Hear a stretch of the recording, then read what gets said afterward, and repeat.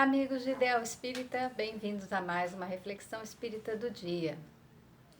Eu queria conversar com vocês a respeito de um assunto, mas antes a gente vai pedir as bênçãos de nosso Pai, de Jesus, nosso Mestre querido, para as nossas intenções de promovermos um autoconhecimento e nos tornarmos pessoas melhores nessa jornada terrena. A conversa que eu queria ter é que já fizemos o 10º vídeo e caminhamos agora a passos um pouquinho mais largos, em torno de 1 a 2 vídeos por semana, e isso tem uma intenção. Antes, os vídeos estavam abordando muitos assuntos, vamos dizer assim, né, teóricos, mais doutrinários. Acontece que, como é uma jornada de autoconhecimento, a proposta é que a gente se aprofunde naquilo que a gente está estudando. E aprofundar é vivenciar. Então, não basta só a gente ler, ouvir um vídeo, falar interessante, mas assim, como que eu posso aplicar isso na minha vida? É preciso vivenciar o que a gente está estudando para fazer a transformação efetiva. Se é o autoconhecimento, eu preciso fazer o exercício para me conhecer. Então, é fundamental que a gente passe por um período um pouco maior. E eu mesmo posso dizer que para fazer um vídeo, eu passei por algumas experiências.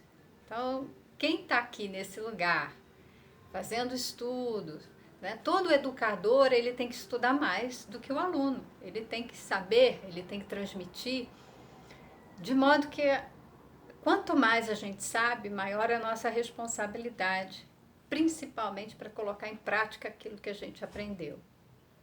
E nesse momento que a gente está vivendo, o autoconhecimento ele é uma necessidade, né? Quase que urgente para que a gente possa fazer.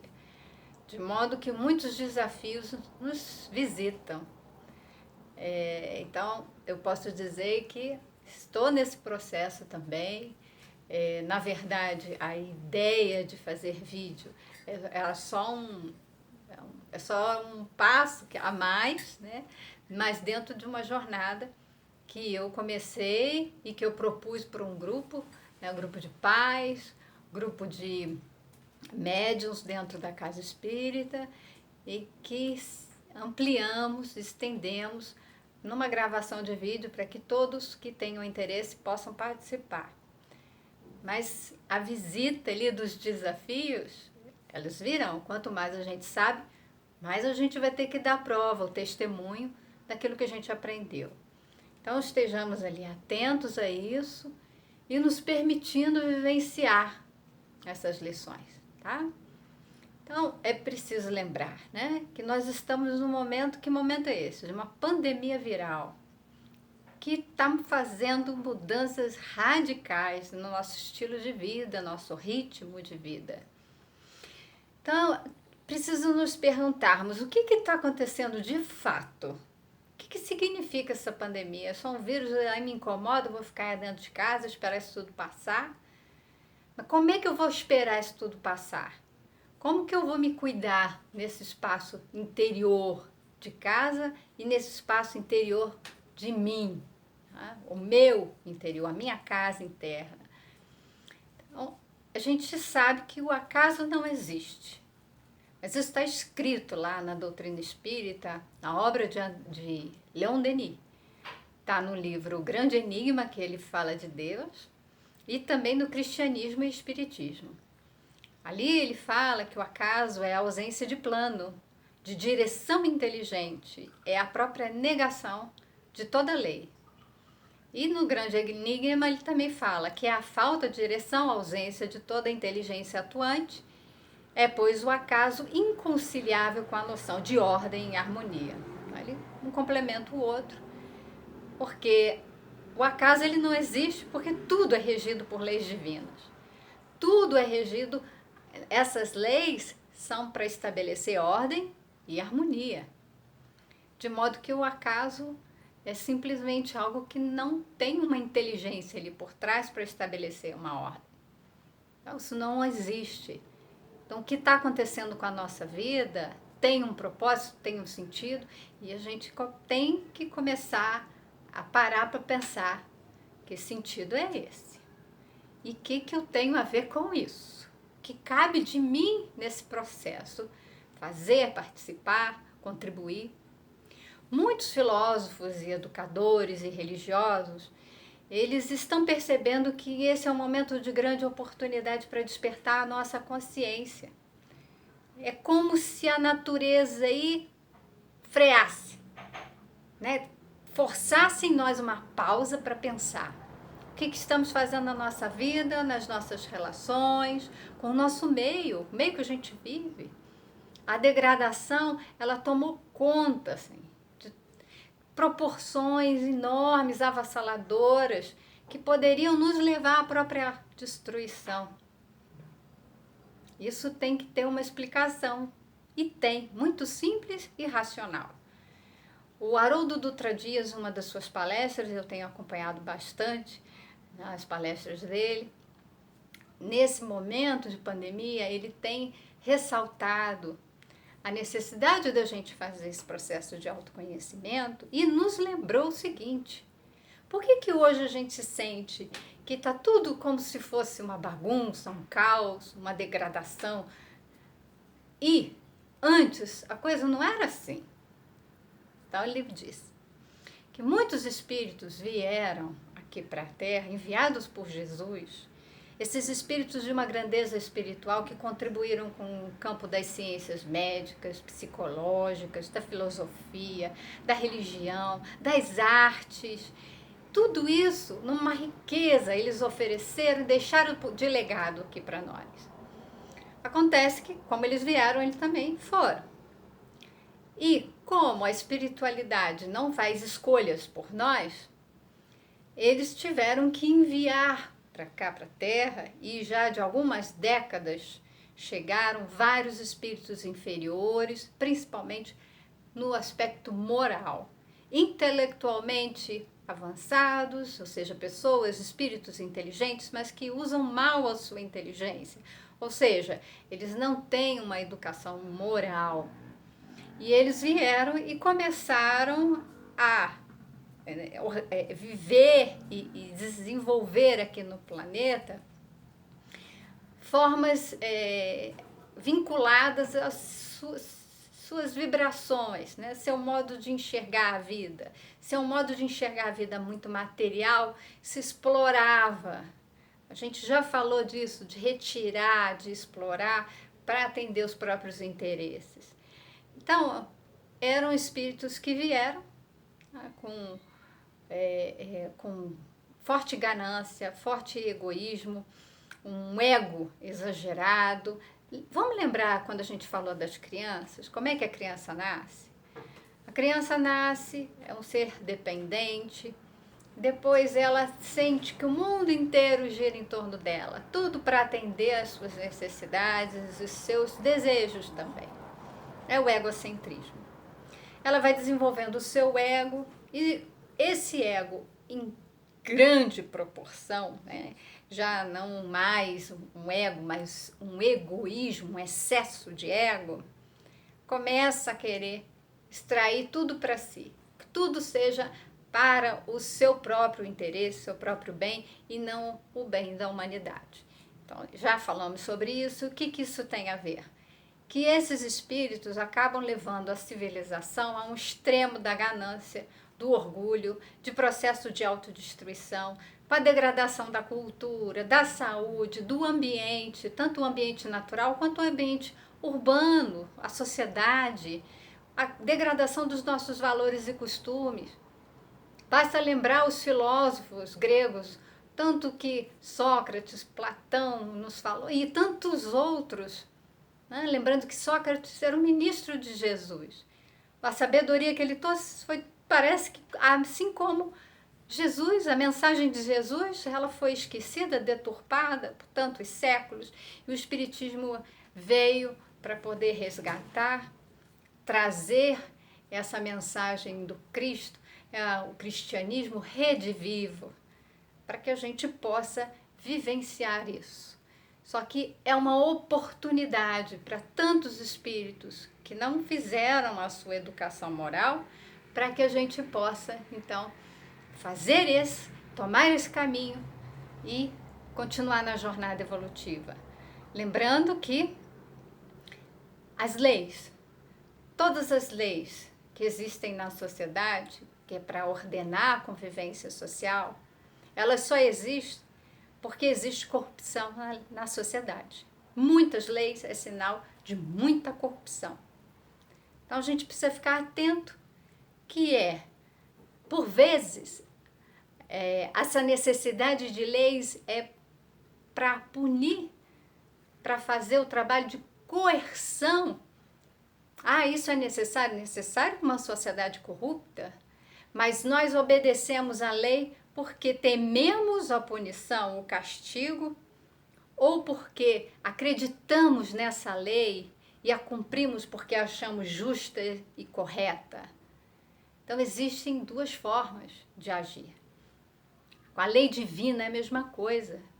Nós tememos e fazemos por medo, isso é a consciência animal, que está presente ali no ser humano, que age por medo ou prazer por desejo. Ele quer evitar a dor e ter prazer.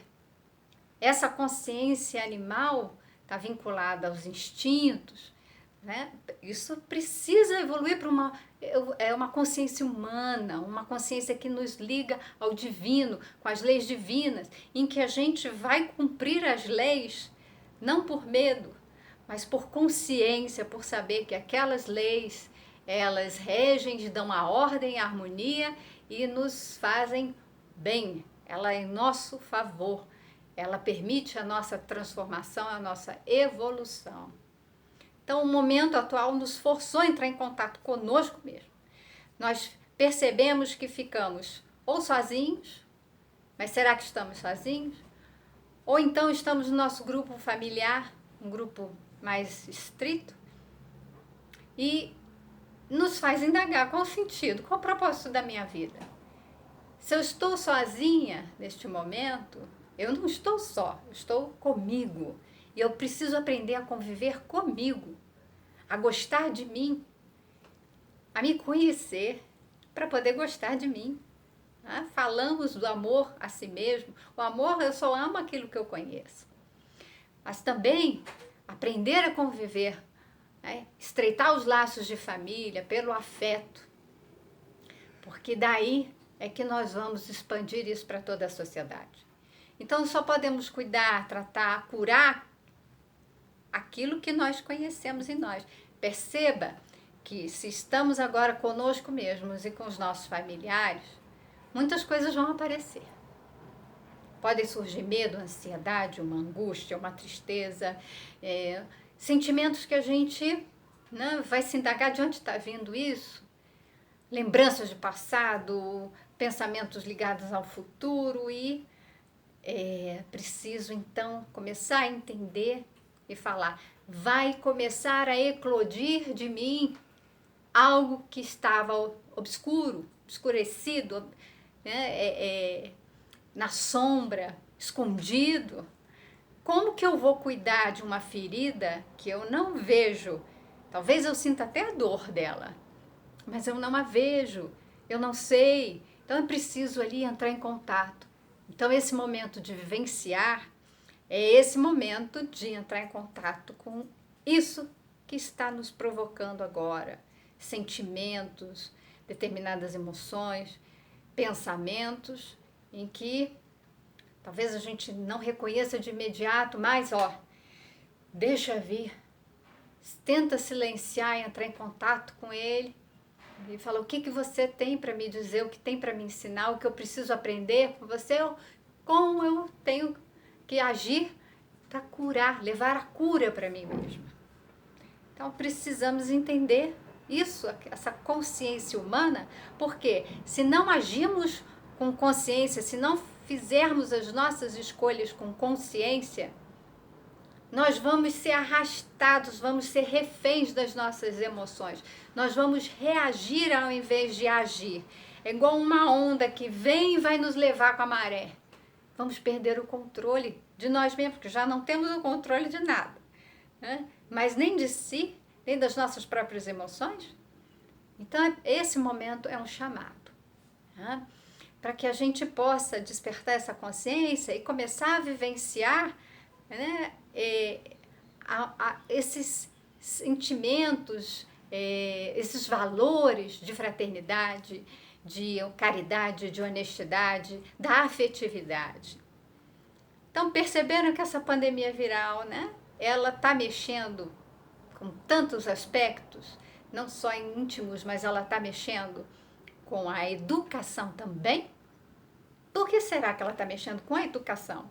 Por que as crianças estão nas suas casas estudando por meio da tecnologia e não mais frequentando a escola? Só porque para não espalhar vírus, a escola é um grande lugar de contaminação? Porque a gente precisa rever a educação, precisa ver as relações familiares que estavam colocando a criança na escola de 6 da manhã até as 8 da noite, sem ver essa criança, terceirizando a educação, colocando sobre a responsabilidade dos professores o que é a missão dos pais, segundo o Espiritismo. Então, isso tudo, né, nos coloca agora junto dessas crianças, para que a gente possa pensar um novo modelo de educação, mas uma educação que não é instrução, como Kardec falou, não só voltada para a inteligência. É preciso, então, pensar na educação nossa, para a gente poder educar as crianças, né, que é a futura geração. Essa futura geração precisa ser carregada, né, de valores morais para enfrentar esses desafios e fazer a reestruturação. Se não queremos uma sociedade corrupta, precisamos colocar nessas crianças o valor da honestidade, da empatia, da solidariedade, da fraternidade. Então, lembrando que instruir não é a mesma coisa que educar. Educar, ela é do moral, a educação é do sentimento. A gente só vai se transformar, só vai ver a mudança efetiva em nós quando educarmos a nossa emoção, os nossos sentimentos. Emoção e sentimento não são a mesma coisa, mas nós vamos falar isso em outro momento. Mas é importante que a gente eduque, perceba, saiba nomear e saiba o que fazer com isso, sem deixar que a emoção venha e nos arraste e a gente saia reagindo sem fazer de fato ali ser protagonista das nossas vidas, das nossas ações. E lembrando que evoluir é transformar, então só vamos evoluir quando nos transformarmos e é através da educação moral que isso se dá. O Espiritismo é bastante claro. Então é preciso, muito mais do que pensar a vida, é viver o que a gente pensa, viver o que a gente estuda. Lembrando que esses são ensinamentos, né, antigos que foram deixados por aqueles nobres espíritos que vieram, enviados por Jesus e o próprio Mestre Jesus, né, esses filósofos, né, que eles nos deram tanto conhecimento e o que nós fizemos com isso. Então, a jornada de autoconhecimento é o caminho que percorre a filosofia espírita. Lembrando do filósofo René Descartes, ele falava que viver sem filosofar é o que se chama ter os olhos fechados sem nunca os haver tentado abrir. Então vamos abrir os olhos, vamos ver essa vida, vamos nos indagar. A filosofia espírita, ela nos leva a pensar sobre quem somos, o sentido das nossas vidas, com um único propósito, a transformação íntima, a reforma interior, ou seja, a nossa educação moral, que é a base da doutrina espírita, como eu falei.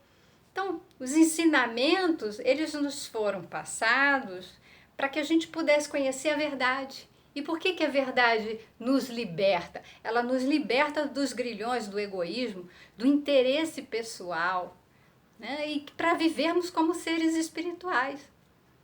Então, só para relembrar, lá no nosso último encontro, no vídeo 10, falamos sobre a fé. E eu contei uma historinha, né, porque era preciso entender que a fé ela é necessária no autoconhecimento porque a gente precisa se conectar com essa essência divina em nós. Então, eu contei a historinha da Marcela, que se chama A Crente Interessada, uma história do irmão X. E a personagem Marcela, ela desencarnou e se achava merecedora de muitas coisas. Por quê? Porque ela havia orado, ela frequentava primeiro a igreja, depois o culto protestante, depois ela foi para o espiritismo, nas sessões espíritas, inúmeros. Então ela ia para pedir, sem nunca se preocupar em retribuir. Tudo era que lhe acontecia, era para o seu próprio benefício, mas ela queria para o seu interesse sem poder distribuir. Porque tudo que nos acontece, sim, são os desafios, concorrem para o nosso próprio bem. Mas acontece que ela pedia pensando nos seus próprios interesses, a atender os seus desejos, não aquilo que Deus guardava para ela como necessário para ela evoluir. Enfim, daí a gente pode pensar que a verdadeira fé ela é transformadora. Ela vai nos retirar desse lugar de receber só para poder doar. E Emmanuel falou que a fé não se limita a círculos religiosos, mas a fé é de foro íntimo, ou seja, de cada um, da consciência de cada um. Então ela se expressa de acordo com as nossas capacidades, nosso entendimento, nossa disposição. Somos muito imperfeitos, sim, e ainda assim temos propósitos de fraternidade, né, de prática de caridade. Então, se aqui estamos, é preciso então, tirar esse véu da personalidade e começar a viver de outra forma. Porque lá na questão do Livro dos Espíritos, questão 895, em que Kardec, o capítulo é da perfeição moral, a parte das virtudes e os vícios. E Kardec faz a pergunta: postos de lado os defeitos e vícios acerca dos quais ninguém pode se equivocar, qual o sinal mais característico da imperfeição? E os espíritos respondem: o interesse pessoal. Então, o interesse pessoal é, assim, a característica da nossa imperfeição. Os espíritos imperfeitos, eles querem atender os seus próprios interesses, não pensam nos outros. Então, frequentemente, as qualidades morais são como, num objeto de cobre, a douradura que não resiste à pedra de toque. Pode um homem possuir qualidades reais, que levem o mundo a considerá-lo um homem de bem. Então, o mundo pode achar que aquela pessoa que apresenta algumas qualidades como um homem de bem. Mas essas qualidades, conquanto assinalem um progresso, nem sempre suportam certas provas. E às vezes basta que se fira a corda do interesse pessoal para que o fundo fique descoberto. Então, o verdadeiro desinteresse é coisa muito rara na Terra, que quando se patenteia, todos o admiram como se fora um fenômeno. Essa é a resposta dos espíritos e é preciso então entender que ele está dizendo da fragilidade das nossas qualidades morais. De modo que, por conta dos nossos interesses, elas se abalam, se rompem. Nós estamos passíveis a cometer erros, deixar os nossos vícios crescerem, se expressarem. Por conta dessa fragilidade na nossa qualidade moral, a gente não tem essa fortaleza ainda. É como se fosse uma casquinha ali que no primeiro golpe se quebra.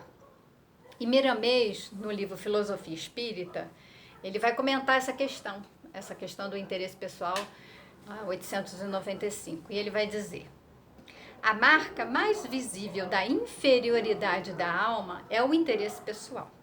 Então, uma marca.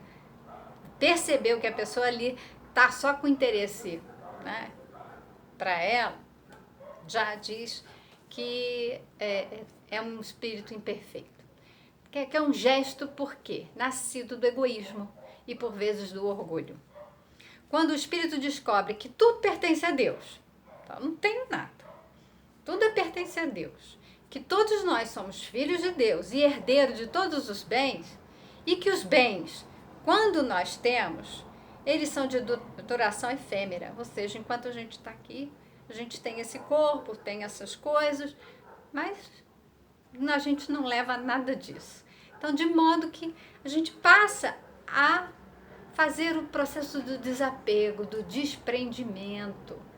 E esse desprendimento com Jesus, ele fala, não é desperdício, é saber usar o que Deus colocou em nossas mãos. Então, nós temos tudo que a gente precisa. A gente busca mais e mais e mais e mais e mais, né? Fazendo o quê? Uma degradação do nosso próprio planeta, porque para a gente consumir e ter mais coisas, a gente extrai isso de onde? Do meio em que a gente vive. Eu também já falamos sobre isso. Então é a nossa reflexão dos nossos interesses pessoais. Será que eu estou vivendo de forma interessada? Será que os meus atos têm ali por trás um interesse de receber alguma coisa em troca? Se queres melhorar espiritualmente, passa a combater o egoísmo, reação da ignorância, que costuma ter durabilidade infindável nos caminhos dos homens. Os bens materiais te prenderão cada vez mais, fazendo a alma esquecer dos bens imperecíveis do espírito. Então, cuidado. Os bens materiais, eles nos prendem. Ah, essa aqui é minha casa. Ah, essa aqui é minha roupa favorita. Ah, eu gosto, eu amo. Já ouviram a expressão? Eu amo. Né? Outro dia eu estava vendo pessoas com transtorno obsessivo compulsivo, elas são acumuladores. E teve a moça que falou o seguinte, ela tinha uma pilha gigantesca de roupa. E ela falava que ela amava as roupas dela. A gente precisa amar as pessoas e usar os objetos. E não usar as pessoas e amar as coisas. Então, esse apego a gente precisa perceber em nós. Então, é justo que a gente cuide do que são os nossos bens, se os tens, mas não com apego, de maneira a esquecer dos bens da vida eterna. Então, os bens da vida eterna é amar a si e ao próximo, e não amar as coisas. Podes transformar o ouro em coisas santas e dignas de louvor, usá-los em favor dos que padecem, servires dele para matar a fome e vestir os nus, dar teto aos desabrigados e amparar os que choram em duras provas. Então a gente pode usar do dinheiro, da riqueza, para muita coisa boa, mas não se apegue. Sabendo que a reencarnação no amanhã te colocará em posição diferente da de hoje, deve saber o que fazer com o que nós temos. Tá? Então vamos lá. O verdadeiro desinteresse, ele é muito raro na Terra, vai dizer Miramês, e é encarado como um fenômeno. Tá? Quando a gente encontra alguém que realmente é desapegado, é desinteressado. No mundo superior, ele é comum a todas as criaturas. Então nós vamos chegar lá. Precisamos começar esse processo. Na Terra é uma raridade. Então, a gente sabe que a gente vive ainda muito apegado a essa personalidade, apegado às coisas materiais, por conta do nosso egoísmo e do nosso orgulho. Então, nós precisamos trabalhar isso. Né? Esse apego, ele revela as nossas paixões, os nossos vícios, de modo que a gente vai precisar trazer aí o Evangelho de Jesus para o nosso coração, para o nosso entendimento, porque o Evangelho de Jesus é o desprendimento. Ele nos ensina a usar os bens e a conquistar a luz espiritual pelo amor, através do amor. E a doutrina dos Espíritos, quando chega aqui para nós, é pela misericórdia de Jesus. E é para mostrar a toda a humanidade que devemos usar e não abusar. Também já falamos sobre isso. Usa dos recursos, eles são de empréstimo. Né? De modo que todos os vícios, eles devem ser combatidos. O interesse pessoal, ele não pode existir no coração de quem deseja amar, servir, compreender e perdoar. Aí eu vou contar para vocês uma história, tá nesse livro. Esse livro aqui foi uma psicografia do médium Francisco do Espírito Santo Neto e pelo Espírito Hamed. O livro é La Fontaine, porque são as fábulas de La Fontaine, e o comportamento humano, porque Hamed ele pega essas fábulas, ele trabalha para pensarmos no nosso comportamento, auxiliando esse processo de autoconhecimento. A fábula O Corvo e a Raposa é rapidinha, depois ele tece comentários. No alto de uma árvore, um corvo segurava no bico um pedaço de carne. Uma raposa atraída pelo cheiro aproxima-se e lhe dirige a palavra. Ei, bom dia, senhor corvo! Como o senhor está lindo! Como é bela a sua plumagem! Se o seu canto for tão bonito quanto ela, quanto a plumagem, sinceramente o senhor é a fênix dos convidados desta floresta. E para mostrar sua melodiosa voz, ele abre o grande bico e deixa cair a carne. A raposa se apodera da carne e diz ao corvo: meu bom senhor, aprenda que todo adulador vive à custa de quem o escuta. Esta lição vale sem dúvida pela carne que agora comerei.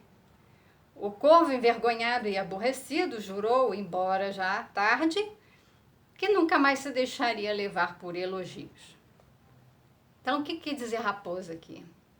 Que a raposa ela é um adulador, ela bajula, ela elogia, né? E aquele que recebe o elogio e se enche de vaidade, né? Ela vive à custa dessa relação. Então, tem sempre um que provoca, ele tem o vício, ele provoca, ele atiça o que nós temos também ali de frágil, né? Também o vício da vaidade, no caso ali o corvo muito vaidoso e a raposa muito esperta e interesseira. Ele vai discutir falando o seguinte: indivíduos imaturos gostam das pessoas não por aquilo que elas são, mas por aquilo que elas os fazem sentir. Então, eu gosto de você não pelo que você é, mas porque você me agrada, você atende aos meus interesses. Já começa aí. O elogio é um dos mais fortes aliados da sedução. Por isso que a gente fala muito, cuidado com os elogios, não ficar elogiando tanto porque a pessoa pode se encher. E já percebeu que o vaidoso, ele se enche, ele infla, igual um balão. Vamos soprando, o balão vai enchendo de ar. Vamos considerar esse ar como um vazio. Não é vazio, mas vamos fazer uma comparação. Esse balão infla como o vaidoso infla daqueles elogios. E quando você estoura o balão, sai o ar, é como se não houvesse substância. Então, o vaidoso, ele se enche daqueles elogios, mas aqueles elogios não são quem ele é, né? Que eles não fazem parte. Aquilo ali é falso, é uma ilusão. Então, estoura, vai embora.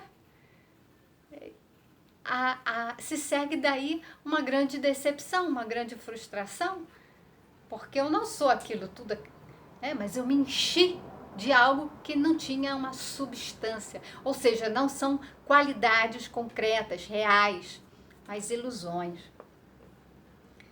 Então, a partir do momento em que se deseja e em que se busca algo, a sedução ela pode ocorrer.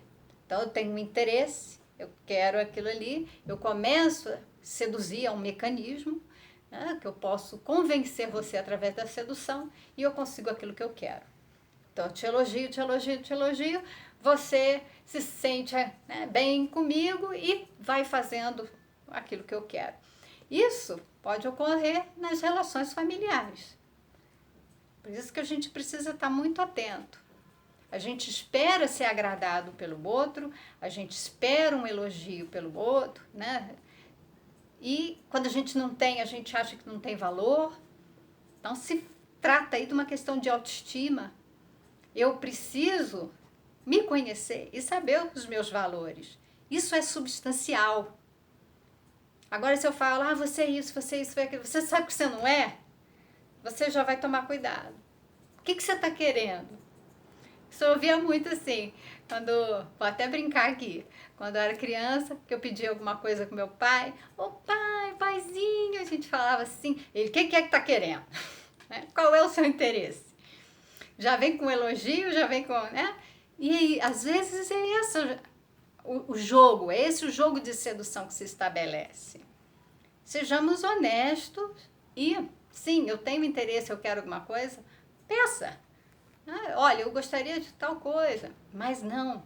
A gente fica enredado nesses laços, nesses jogos, em que um é carente, precisa do elogio, precisa que alguém exalte, aplauda, encha desse vazio, dessa ilusão, e o outro, ele está ali fazendo isso como uma técnica para retirar o que ele quer.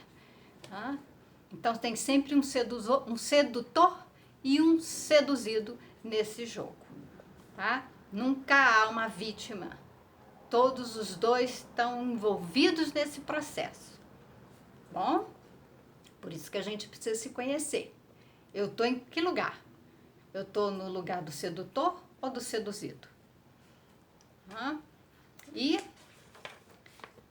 ele vai dizer que a vaidade é a ostentação dos que procuram lisonjas ou a ilusão dos que querem ter êxito diante do mundo e não dentro de si mesmos. Bom, já vimos que quando a gente cai nas garras aí da vaidade, né, que é algo muito sutil, a gente está querendo uma coisa que é do mundo. Estamos apegados, nós temos interesses. Então, vamos lembrar. Já viram aqueles casos de, eu vou fazer uma caridade, vou fazer uma doação, aí começa a tirar foto, coloca na rede social, olha só, eu fiz a caridade, ó. Tem muita gente que faz isso. Por quê? Qual a necessidade de mostrar? A mão esquerda está vendo a mão direita? Né? Lembrando que o que uma faz, a outra não precisa saber. Essa é real caridade. Então, a pessoa ela vai se revestir ali de um personalismo, com essa máscara de caridade, e eu me digo, eu sou boa, tá vendo? Eu sou desprendida, eu faço bem, mas ali ela está revelando seu interesse em ser reconhecida, em venerada, como uma pessoa boa e caridosa. Então, é preciso entender que há interesse num e no outro.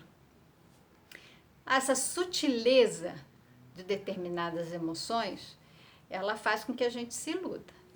Então, é preciso que a gente, né, entenda que o orgulho, ele está ali, enraizado, e a gente precisa reconhecer e começar a tirar essas raízes de dentro de nós. Né? Temos altas considerações acerca de nós mesmos, isso não é autoestima. Tá? Achar que a gente é alguma coisa que a gente não é na realidade, isso não é ter alta autoestima, é ter muito orgulho. Então, é preciso saber diferenciar. Então, esses são os verdadeiros vícios da humanidade, com efeitos muito negativos. Então, a gente precisa passar a cultuar as nossas qualidades reais. E a gente já falou que as nossas qualidades morais, elas são muito frágeis, que cedem à pressão dos interesses pessoais. Então, diante de uma necessidade, de uma urgência como a gente está passando hoje, para fazer esse processo de autoconhecimento, para poder fazer a separação definitiva do joio do trigo, mas no joio do trigo não é do mundo, é do que está dentro de nós, daqueles vícios, das minhas qualidades. Eu preciso separar isso de dentro de mim para que eu possa retirar o joio dos meus vícios e jogar fora e deixar o trigo me alimentar.